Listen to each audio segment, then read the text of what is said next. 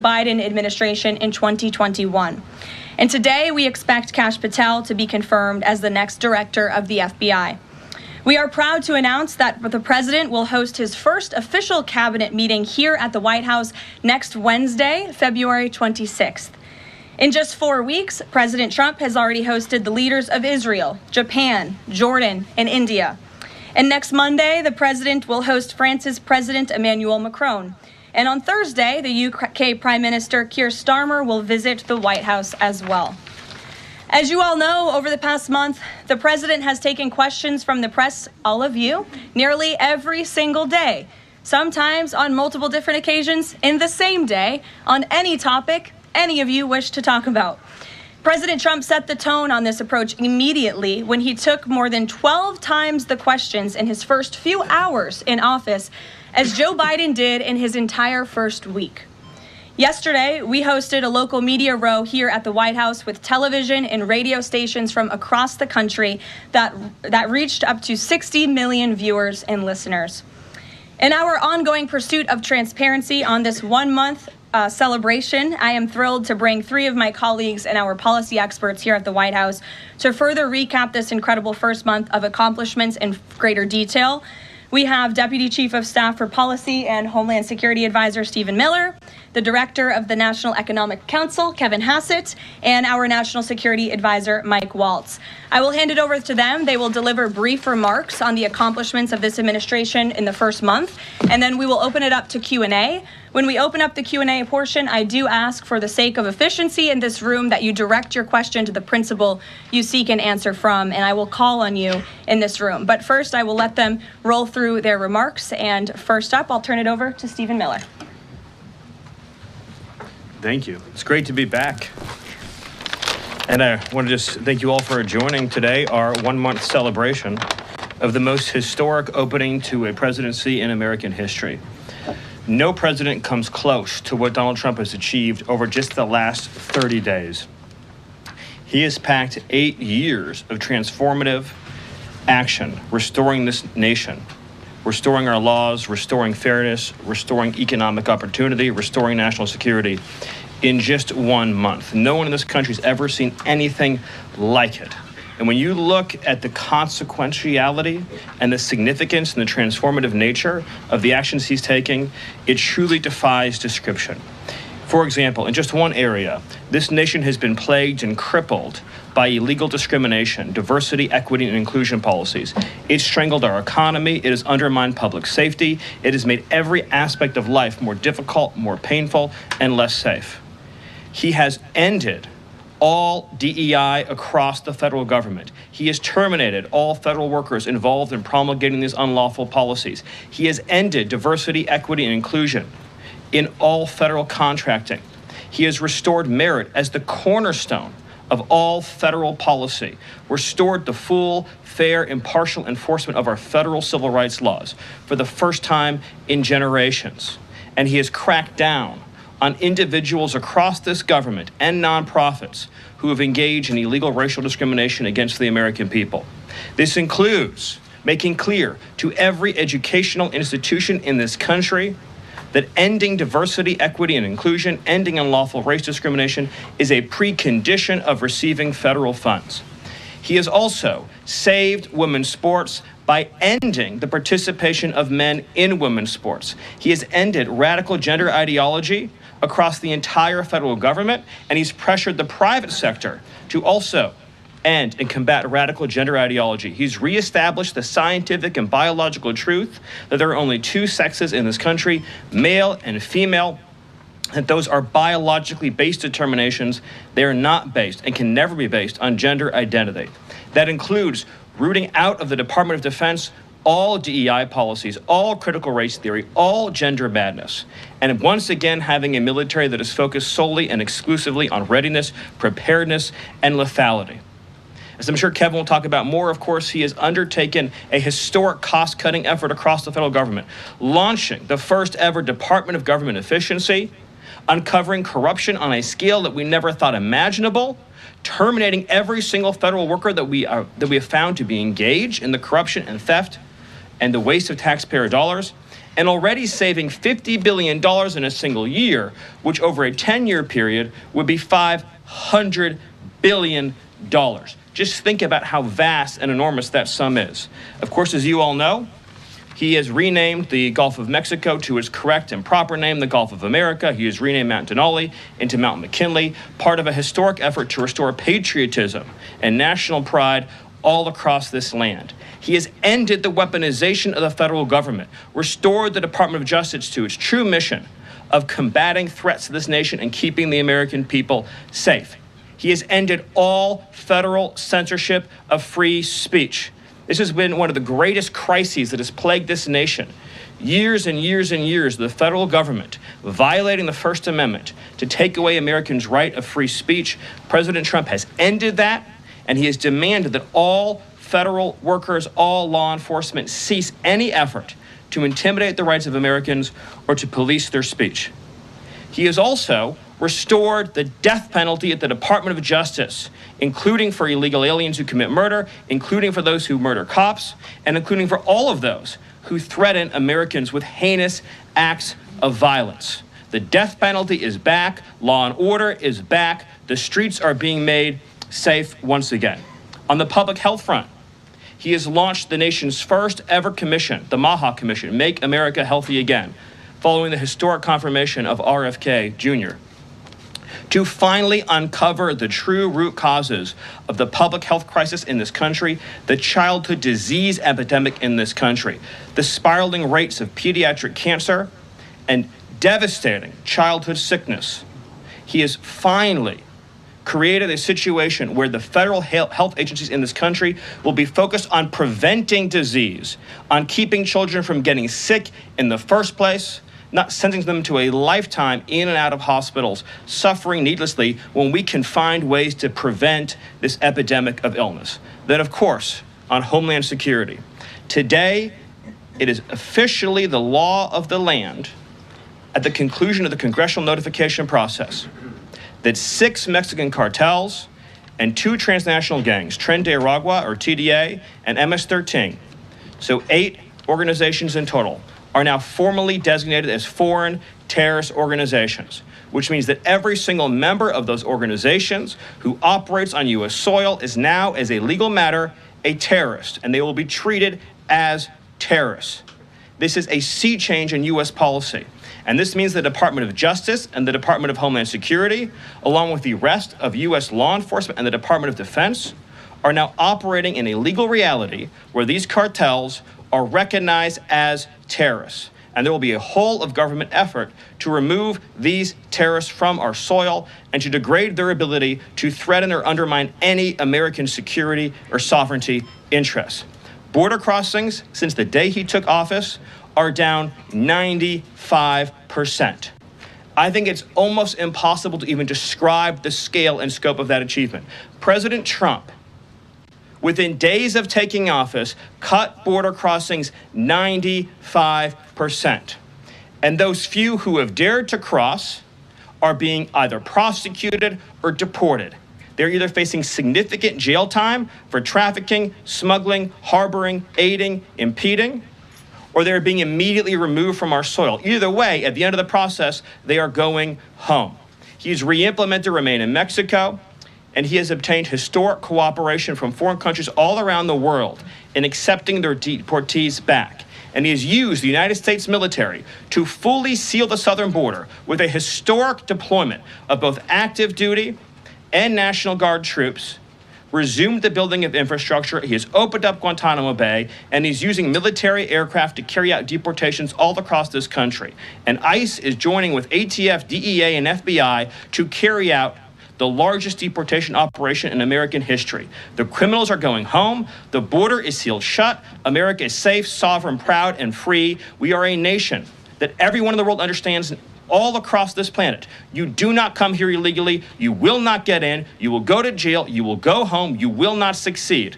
This is the biggest and most successful change in any area of law enforcement that this nation has ever seen, and he did it in under 1 month. Thank you. Yes. Well, thank you, Caroline. Thank you, Stephen. One of the things that President Trump cares most about is job creation, and it was about 7 years ago I had the honor of joining you in this room for the first time, and it looks like we've created a lot more jobs in the last month. Look at how many people are here. My estimate is about 180, but I didn't count. So thank you. It's really an honor to be back here. I think that I just want to go over a few things and then hand it off to Mike. The first thing is that the president has told us to prioritize fighting inflation. And he had to do that because, as you know, President Biden let inflation get completely out of control. And he did it with policies that made no sense. They made no sense. A lot of times people say to us, our friends, the journalists, why are you doing that? But I like to think, why did they do that? Why did they spend so much money? And then why did the Fed print so much money so that we had inflation as high as we've ever seen since Jimmy Carter? So why did they do that? So we're addressing inflation. We didn't have to address it in the first term because it was always in the ones, almost always. But we're going to get it back there. And how are we doing it? Well, we're doing it with a plan that President Trump and I and others have talked about in the Oval that involves every level of fighting inflation. First, the macroeconomic level. We're cutting spending. We're cutting spending in negotiations with people on the Hill. We're cutting spending with the advice of our IT consultant, Elon Musk. And then we're also looking into supply side things, like restoring Trump's tax cuts, maybe even expensing new factories so that there's an explosion of supply. If you have an explosion of supply and a reduction in government demand, then inflation goes way down. And then one of the things that you will want to say is, well, when are you going to see it? Well, the first thing that you'll see when the markets believe that we're going to get inflation under control is that the 10-year Treasury rate goes down, because that's how they think about future expected inflation. And so we're still going to see some memory of Biden's inflation. It's not going to go away in a month. But the 10-year Treasury before the last consumer price index had dropped about 40 basis points. 40 basis points because markets were optimistic about our ability to fight inflation. 40 basis points is kind of not a fun thing to say. Economists talk that way. I apologize. But the way to think about it is, for a typical mortgage, if that affects the mortgage rate, then it's going to save a typical family buying a house about $1,000 a year. And that's just in our first month. Okay. The second thing we've done is we've had a lot of trade talks. In fact, I was just meeting a minister from Mexico with Howard Lutnick just a couple of hours ago. And we're talking about reciprocal trade, and we're also talking about the fentanyl crisis. And so reciprocal trade is about our government treating other governments the way they treat us. We want trade to be fair. It turns out that Americans have been disadvantaged by foreign governments over and over, and President Trump wants it to stop. And the fact that struck me as most noticeable when I started to look at what President Trump was asking us to do is that last year we have data, U.S. companies paid $370 billion in taxes to foreign governments. $370 billion. Last year, foreign multinationals paid us $57 billion in taxes. We have 1/4 of world GDP. They have 3/4 of world GDP, and we're paying 370, they're paying 57. This is not reciprocal. We're going to try, or we're going to fix it. The other thing that we've done is we've had an all-of-the-above energy approach that's led by Doug Burgum and Chris and a really large team, EPA. And we've already made so many actions that are going to affect the price of energy and lower inflation. We've opened up 625 million acres to energy exploration. We've cut 50 years of red tape that makes it so you can't have permits. And we've even made it so that when you go home, if you get a new one, then you can take a shower or flush a toilet or read under a light bulb. We're doing that too. So finally, let's just think about the facts that we can see right now that we think are awesome. So guess what? Small business optimism has gone up by the most ever since President Trump came in. ISM, which is the measure of what's going on in manufacturing, it's expanding again for the first time in years. CEO confidence is the highest it's been in years. And the reason people are thinking this is that our policies give people cause for optimism.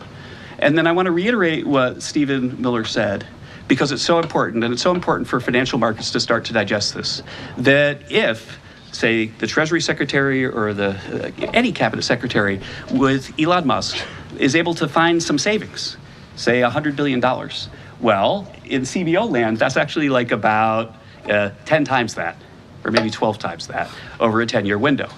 And so when you're thinking about the negotiations right now over reconciliation and thinking about, well, 4 trillion, 5 trillion, well, those numbers in terms of the savings are going to end up being small because of all the waste that we're finding. And so we're incredibly optimistic about the future of inflation and the future of our economy. And we're optimistic because we're making so much progress so far, and we already see it in market prices. And with that, I'll hand it off to Mike. All right. Thanks, Gil. Well, good afternoon. What a month, and what a sea change in our foreign policy. In addition to what we're doing on the border and restoring American sovereignty, in addition to what we're doing in our economy and the job creation and the inflation reduction, we are bringing the world back to where it was at the end of President Trump's first term, which is a world of peace, prosperity, and looking forward and getting us out of the chaos that we've just seen over the last 4 years. So over the last month, just to name a few, I had the honor of sitting in the Oval Office as President Trump spoke with President Putin, and then immediately spoke with President Zelensky, and both of them said only President Trump could bring both sides to the table, and only President Trump could stop the horrific fighting that has been going on now for the better part of 4 years, and that only President Trump could drive the world back to peace. Both of those leaders said that in back-to-back calls. And of course, we just had our historic talks mediated by our good friends and partners, Saudi Arabia. We give great thanks to Crown Prince Mohammed bin Salman for hosting, and sat down for the first time in years with the Russians and talked about a path forward with peace. On top of that, and one of the things that led to that was the tremendous confidence building measure that we had with the release of Mark Fogel. I'll remind everyone, the last time that we had an American released from the Russians, either we gave up a deadly spy, pressured our allies to give up a lethal killer, or we released, under the Biden administration, the world's most notorious arms dealer, Victor Bout, who, by the way, had one of his main clients for arms, the cartels in Mexico and Central America. We gave up none of that. This was released as a confidence-building measure, working with our great Middle East envoy, Steve Witkoff, and our Secretary of State as a first step towards opening these talks and then moving forward towards peace. On top of that, we've secured, just in a month, the return of 12 American hostages from Russia, from Bulgaria, from Venezuela, the Taliban, and Hamas. Excuse me, that's from Belarus, not Bulgaria. We also had, for the first time in quite some time, we took out a senior leader of ISIS, an international financier and recruiter that the military had been trying to take out for quite some time. And wasn't able to do so, frankly, because of a bureaucratic approval process. President Trump said, take him out, and that ISIS financier and leader is no longer on this earth. We've also taken action to eliminate other terrorist organizations in the Middle East. We drove, before the president was even in office, he started talking consequences for people that would hold Americans. Heretofore, there's been nothing but upside. You take an American, you get some better deal. You take another one, maybe you get a better deal. No more. There's now nothing but downside for taking Americans illegally, either as hostages or illegal detainees. And when President Trump sent a very clear message across the Middle East, but particularly to Hamas, that there would be all hell to pay, we suddenly saw a breakthrough.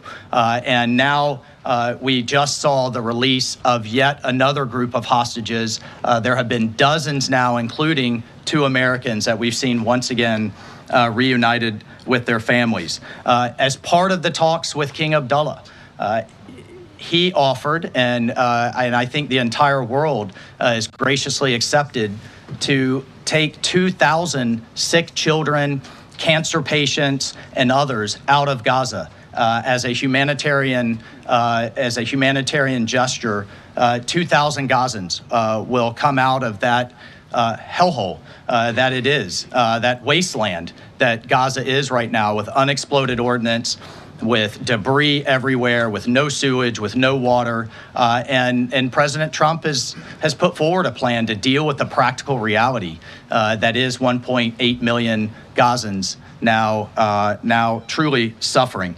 And then, just to bring it back to our own hemisphere, we've seen literally in the last month, after years of national security experts, the generals in charge, and others testifying and ringing the alarm bells about the Chinese Communist Party's presence in our own hemisphere, particularly in the Panama Canal. We're seeing the leadership of Panama step away from the Belt and Road program, move away from China and back towards the United States, and even enter into talks and other negotiations about addressing the ports on either side of the canal. And then finally, last but not least, we've had 4 world leaders in the White House, in the Oval Office. We've had the Prime Minister of Japan, the Prime Minister of India, the King of Jordan, and of course, the Prime Minister of Israel, just in the last 4 weeks. And next week, we'll have the Prime Minister of the United Kingdom, and we'll have the President of France, Macron. So President Trump is on what we call Trump warp speed. We are all honored to be really serving under his leadership and his vision. And truly, when we all say, and the president himself says he is a president of peace. He is a president focused on restoring stability. I think the entire world saw what the world will look like without strong American leadership in the last 4 years. And it's truly been an honor to get us back to where we were and back on track under President Trump's leadership. Thank you, Mike. Mm-hmm. Thank you. Thank you, everybody. I'm sure you're very eager to ask questions of these very smart people working very hard on behalf of the president. We do have somebody in our new media seat today. We have John Stoll, who is the head of news at X. As you all know, you're all on X. It's home to hundreds of millions of users, a large contingent of independent journalists and news organizations across geographies and political spectrums. And at the same time, X remains the go-to platform for many legacy news outlets. And I know, as I mentioned, many of the reporters in this room use X to attract eyeballs to your work. Prior to joining X, John spent 2 decades in journalism, including several years as an editor at the Wall Street Journal. We are excited to have him in the briefing room today. John, we'll let you kick it off. And as I said at the top, please direct your question to the individual up here who you'd like an answer from.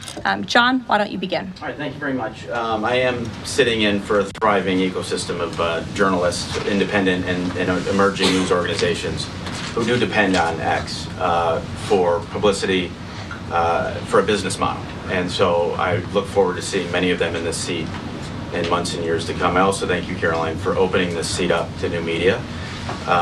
It really is a testament not only to your open-mindedness, but also to innovation, that you'd actually think about, folks that are not traditionally credentialed to be in this room, and not only have a question, but also to witness. This is a very important intersection of power and the free press. And so just the ability to witness this and be part of it, brings everybody's game up. So thank you for that. I think this is for Mike Waltz. My question is about Ukraine. Sure. For about more than 10 years, I've been fascinated, like many, with what's going on. Was in Northern Europe, working out of the Baltics when Crimea was annexed, and was a lot of this came on Twitter. The platform used to be known as Twitter. Was a lot of European leaders would talk about their disappointment and solidarity with Ukraine, but when it came to actually doing something, it felt like they were passing a hot potato and sent it over the Atlantic. I wonder how much of what we're seeing right now out of the administration and President Trump is a call to Europe and the European leaders and the allies that we've traditionally had to pick up that hot potato and start doing something a little bit more concrete to win and preserve the peace in Ukraine. The second question I have is, it's related, is there's been a lot of speculation that President Trump and the administration might be manipulated by Vladimir Putin. I wonder if you can just talk a little bit about the administration's posture and your confidence in the competence of this administration to go toe-to-toe with Vladimir Putin. Well, I'll take the second question first. If there's anybody in this world that can go toe-to-toe with Putin, that could go toe-to-toe with Xi, that could go toe-to-toe with Kim Jong-un, and we could keep going down the list, it's Donald J. Trump. He is the deal maker in chief. There is no question that he is the commander in chief. And I, for one, and I think all Americans and around the world should have no doubt about his ability to not only handle Putin, but to handle the complexity of driving this war to an end. And then on your first piece on Europe, I'll take you back to 2014. You're right, there was a lot of hand-wringing in Europe and not a lot of action. There's also a lot of hand-wringing here in Washington under the Obama administration and not a lot of action. They literally threw blankets at the problem. And so I'll remind everyone that Putin had some type of conflict, invasion, or issue with their neighbor under President Bush with Georgia, under President Obama with Ukraine 2014, not under President Trump 45, and again with President Biden in 2022. The war should have been deterred. The war should have never happened, and I have no doubt it would not have happened under President Trump and will stop under President Trump again. But I just want to push back on this notion of our European allies not being consulted as we've entered into this process. I already mentioned the immediate phone call President Trump made to President Zelensky. He has talked to President Macron of France repeatedly last week. President Macron convened European leaders and then is coming here on Monday. Prime Minister Starmer is coming next Thursday. I've talked to every one of my national security advisor counterparts across the spectrum in Europe. I've talked to Secretary General Rutte, the leader of NATO, the Secretary General of NATO. We have repeatedly, by the way, we had half our cabinet, 7 cabinet officials, including the vice president, at the Munich Security Conference, all engaging, all listening, and all making sure our allies are heard. However, we've also made it clear for years, decades even, that it is unacceptable that the United States and the United States taxpayer continues to bear the burden, not only of the cost of the war in Ukraine, but of the defense of Europe. We fully support our NATO allies. We fully support the Article 5 commitment.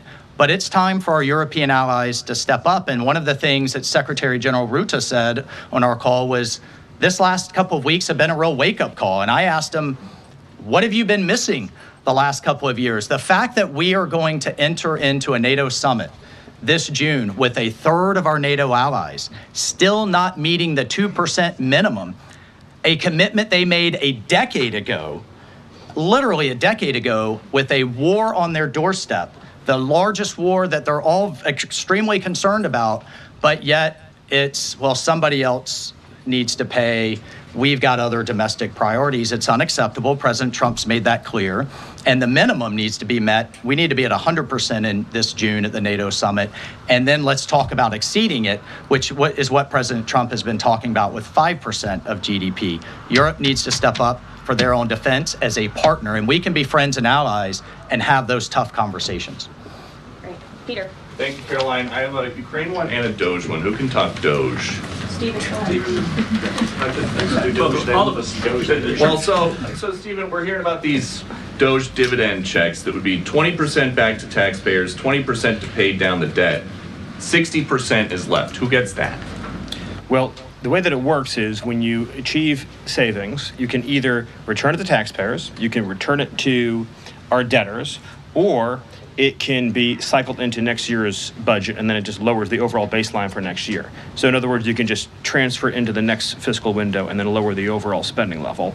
And that means that you can achieve a permanent savings that way, and that reduces the deficit. And when is it that people might see those checks? Well, this is all going to be worked on through the reconciliation process with Congress that's going underway right now. As you've seen, the Senate's moving a bill, the House is moving a bill. The president has great confidence in both chambers to deliver on his priorities.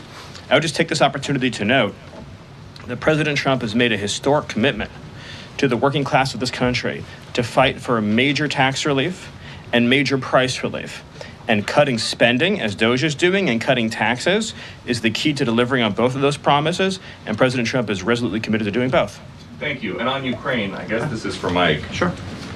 After the president's post on Truth Social yesterday, need to know, who does he think is more responsible for the Russian invasion of Ukraine, Putin or Zelensky? Well, look, his goal, Peter, is to bring this war to an end, period. And there has been ongoing fighting on both sides. It is World War I style trench warfare. His frustration with President Zelensky is that you've heard is multifold. One, there needs to be a deep appreciation for what the American people, what the American taxpayer, what President Trump did in his first term, and what we've done since. So some of the rhetoric coming out of Kyiv, frankly, and insults to President Trump were unacceptable, number one. Number two, our own Secretary of Treasury personally made the trip to offer the Ukrainians what can only be described as a historic opportunity. That is for America to co-invest with Ukraine in their minerals, in their resources, to truly grow the pie. So case in point, there's a foundry that processes aluminum in Ukraine. It's been damaged. It's not at its current capacity. If that is restored, it would account for America's entire imports of aluminum for an entire year. That one foundry. There are tremendous resources there. Not only is that long-term security for Ukraine, not only do we help them grow the pie with investments, but we do have an obligation to the American taxpayer in helping them recoup the hundreds of billions that have occurred. So, rather than enter into some constructive conversations about what that deal should be going forward, we got a lot of rhetoric in the media that was incredibly unfortunate. And I could just tell you, Peter, as a veteran, as somebody who's been in combat, this war is horrific. And I think we've lost sight of that, of the literally thousands of people that are dying a day, families that are going without the next generation.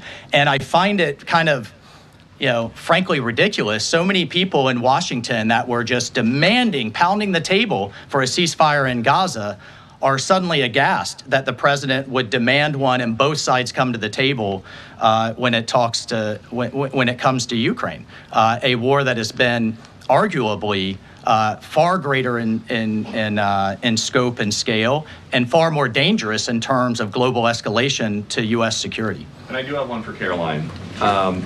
Does President Trump have a bet with Trudeau about this USA-Canada hockey game tonight? And when there is a big hockey game on, is the president watching for the goals or for the fights? Probably both. I think he's watching for the United States to win tonight. I know he talked to the USA hockey team this morning. He talked to the players after their morning practice around 10 o'clock. And I also spoke to some folks from that team after. They were jubilant over President Trump's comments to the team. I believe they're going to put out a video of that call. So he looks forward to watching the game tonight, and we look forward to the United States beating our soon-to-be 51st state, Canada. Bloomberg, go ahead. My question is for Mike Waltz. Can you give us a readout of Kellogg's meeting with Zelensky that just wrapped up? And in particular, Zelensky publicly rejected this deal about the rare earth minerals. Where does that stand? Well, we're going to continue to have, he needs to come back to the table, and we're going to continue to have discussions about where that deal is going. Again, we have an obligation to the taxpayer. I think this is an opportunity. The president thinks this is an opportunity for Ukraine going forward. There can be, in my view, nothing better for Ukraine's future and for their security than to have the United States invested in their prosperity long term. And then a key piece of this has also been security guarantees. Look, the reality that we're talking about here is it in Ukraine's interest? Is it in Europe's interest? It certainly isn't in Russia's interest or in the American people's interest for this war to grind on forever and ever and ever. So a key part of his conversation was helping President Zelensky understand this war needs to come to an end. This kind of open-ended mantra that we've had under the Biden administration, that's over. And I think a lot of people are having a hard time accepting that. And then the other piece is there's been discussions from Prime Minister Starmer and also President Macron about European-led security guarantees. We welcome that. We've been asking Europe to step up and secure its own prosperity, safety, and security. So we certainly welcome that, and we certainly welcome more European assistance. As I told my counterparts, come to the table with more if you want a bigger seat at the table. And we've been asking for that for quite some time. And has Russia pushed for sanctions in your talks with them? And have you consulted with international partners and allies about potentially rolling back sanctions in these negotiations to end the war? The talks with our Russian counterparts, both with my counterpart, the National Security Advisor, Secretary Rubio's counterpart, the Foreign Minister Lavrov, it really was quite broad, focused on what is the goals for our broader relationship, but very clear that the fighting has to stop to get to any of those brighter goals. And as a first step, we're just going to do some common sense things like restore the ability of both of our embassies to function. And again, this is common sense in foreign policy world. They call it shuttle diplomacy. We have to talk to both sides in order to get to both sides to the table, and both sides have said only President Trump could do that. Deanna. Thank you, and my question is for Mike Waltz. All right. Sorry. The president has called Zelensky a dictator. Does he view Putin as a dictator? And does he want Zelensky out of power? I know he's called for elections. And then thirdly, the head of the Defense Committee in Ukraine's parliament just has claimed that the U.S. has stopped selling weapons to Ukraine. Is that true? Well, most of our weapons that have gone to Ukraine have been part of a drawdown authority where we've literally taken them out of our stocks and then eventually through appropriations started buying them again to refill our stocks. I'll just state that there has been a lag in a lot of that process. So many of our stocks, as we look at our operations around the world, are becoming more depleted. That's one of the reasons many people have had a lot of concern about when does this end? How much is it going to take? How many lives will be lost? How much will we spend? As a member of Congress, we repeatedly asked the Biden administration those questions, and we never got a satisfactory answer. Look, President Trump is obviously very frustrated right now with President Zelensky. The fact that he hasn't come to the table, that he hasn't been willing to take this opportunity that we have offered. I think he eventually will get to that point, and I hope so very quickly. But President Trump is, as we made clear to our Russian counterparts, and I want to make clear today, he's focused on stopping the fighting and moving forward. And we could argue all day long about what's happened in the past. Reagan. Yeah, what about I have a What about- question Oh, the for IRA. Stephen. Excuse me, I just called on Reagan. Reagan, go ahead. I have a question for Stephen and a question for Mike. Sure. Stephen, I can start with you. There have been Thank you. reports that Trump is unhappy with the rate of deportations and he wants them to be higher. Is the president happy with the rate of deportations, and are there any plans to speed up the process? Well, first of all, we all appreciate the encouragement from the media to deport as many illegal aliens as humanly possible. So thank you, and I will promise you that the full might of the Department of Homeland Security, the Department of Justice, the Department of Defense, and every element and instrument of national power will be used to remove, with speed, all criminal illegals from the soil of the United States of America, to enforce final removal orders, and to ensure that this country is for American citizens and those who legally belong in this country. We inherited an ICE that was completely shuttered. We inherited a Department of Homeland Security whose sole mission was to resettle illegal aliens within the United States of America. In 30 days, the president sealed the border shut, declared the cartels to be terrorist organizations, has increased ICE deportations to levels not seen in decades, and we are shortly on the verge of achieving a pace and speed of deportations this country has never before seen. Thank you. And Mike, there have been reports that there's some underground opposition to Trump's pick for Undersecretary of Defense and Policy, Elbridge Colby. Have you or anyone from the administration been personally lobbying senators to support Elbridge Colby? Look, I've worked with Bridge Colby in the past. He has the president's full support to be the Undersecretary of Policy, which will be a critical policy arm for Secretary Hegseth going forward that will implement a lot of these policies. And really, that's been to the extent of it. I think there's been a lot of kind of, breathless, I don't know, back and forth in the press, but we're full speed ahead to get the president's team in place so we can implement his America First policy. Thank you. Mike has spoken pretty extensively. Does anybody have questions for Stephen or for Mr. Hassett? Nobody wants to talk about the economy? Sure. IRS? Okay, go ahead. This would be for either one of you. So we reported, several other outlets have reported that about 3,500 people are due to be lose their jobs at the IRS by the end of the week.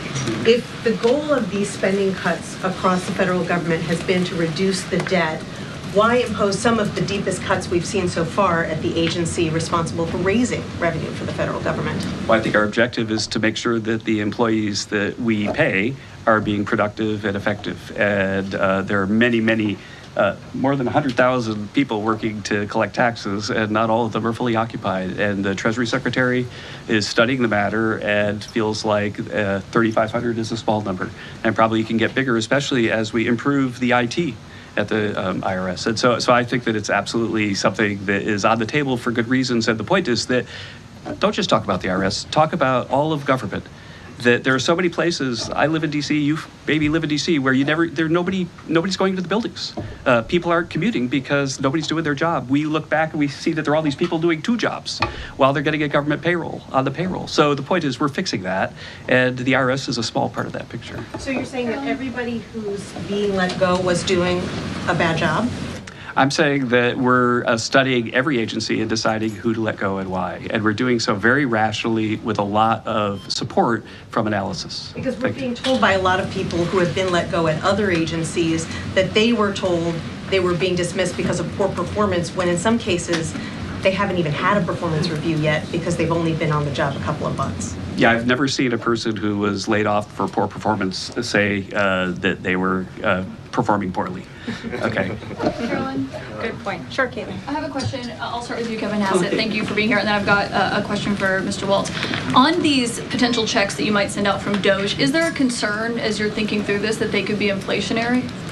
Oh, absolutely not, because imagine if we don't spend government money and we give it back to people, then if they spend it all, then you're even. But they're probably going to save a lot of it, in which case you're reducing inflation. Okay, so and also, when the government spends a lot, that's what creates inflation. We learned that from Joe Biden. And so if we reduce government spending, then that's, reduces inflation. And if you give people money, then they're going to save a bunch of it. And when they save it, then that also reduces demand and reduces inflation. Okay, so you're not worried about it. And no, Mr. Waltz, to follow up on Peter's question, you wrote in an op-ed in the fall of 2023 that, quote, Putin is to blame, certainly like Al-Qaeda was to blame for 9/11. Mm-hmm. Do you still feel that way now, or do you share the president's assessment as he says Ukraine is to blame for the start of this war? Well, it shouldn't surprise you that I share the president's assessment on all kinds of issues. What I wrote as a member of Congress was as a former member of Congress. Look, what I share the president's assessment on is that the war has to end. And what comes with that? What comes with that should be, at some point, elections. What comes with that should be peace. What comes with that is prosperity that we've just offered in this natural resources and economic partnership arrangement, an end to the killing, and European security and security for the world. The president's not only determined to do that in Europe, he's determined to do it in the Middle East. And just a few months ago, we had an administration that had tried for 15 months. Week after week, sitting with you here and couldn't get us to a ceasefire, couldn't get our hostages out. Now we're at that point. We're back to maximum pressure on Iran, and we have just begun, and we will drive towards a ceasefire and all of those other steps. I'm not going to pre-negotiate or get ahead of the sequencing of all of that. It's a very delicate situation, but this is a president of peace, and who here would argue against peace? Okay, so you do share that assessment. And can I follow up? In 2017, then President Trump. Go ahead. Can I just follow up really quickly? You just had 2 questions, Caitlin. Jordan, go ahead. Mr. I have an important follow-up. Jordan, go ahead. So, Mr. Hassett, you were speaking about tariff revenue, and you also addressed a question about the IRS. President Trump has spoken about replacing income tax with tariff revenue, especially with all this waste, fraud, and abuse that we're seeing cut. Is that a possibility? Absolutely. And in fact, if you think about the China tariff revenue that we're estimating is coming in from the 10% that we just added, plus the de minimis thing, that it's between $500 billion and $1 trillion over 10 years is our estimate. And that's something that is outside of the reductions that markets are seeing through the negotiations up on the Hill. And so we expect that the tariff revenue is actually going to make it much easier for Republicans to pass a bill, and that was the president's plan all along. And then I have a question for Stephen Miller about DOGE. So you spoke about DOGE. You said roughly $50 billion is set to be cut in a year of waste, fraud, and abuse by unelected bureaucrats. We're hearing this ironic narrative from the president's critics and the left-wing media that Elon Musk is an unelected bureaucrat and he's doing all this terrible stuff. Isn't one of DOGE's objectives to get rid of the federal bureaucracy, the deep state? And also, who was running the White House when Joe Biden was in office? Because I don't know a single person who believes it was Joe Biden. You're tempting me to say some very harsh things about some of our media friends. Yes, it is true that many of the people in this room for 4 years failed to cover the fact that Joe Biden was mentally incompetent and was not running the country. It is also true that many people in this room who have used this talking point that Elon is not elected fail to understand how government works. So I'm glad for the opportunity for a brief civics lesson. A president is elected by the whole American people. He's the only official in the entire government that is elected by the entire nation, right? Judges are appointed, members of Congress are elected at the district or state level, just one man. And the Constitution, Article 2, has a clause known as the vesting clause, and it says the executive power shall be vested in a president, singular. The whole will of democracy is imbued into the elected president. That president then appoints staff to then impose that democratic will onto the government. The threat to democracy, indeed the existential threat to democracy, is the unelected bureaucracy of lifetime tenured civil servants who believe they answer to no one, who believe they can do whatever they want without consequence, who believe they can set their own agenda no matter what Americans vote for. So Americans vote for radical FBI reform, and FBI agents say they don't want to change. Or Americans vote for radical reform on our energy policies, but EPA bureaucrats say they don't want to change. Or Americans vote to end DEI, racist DEI policies, and lawyers at the Department of Justice say they don't want to change.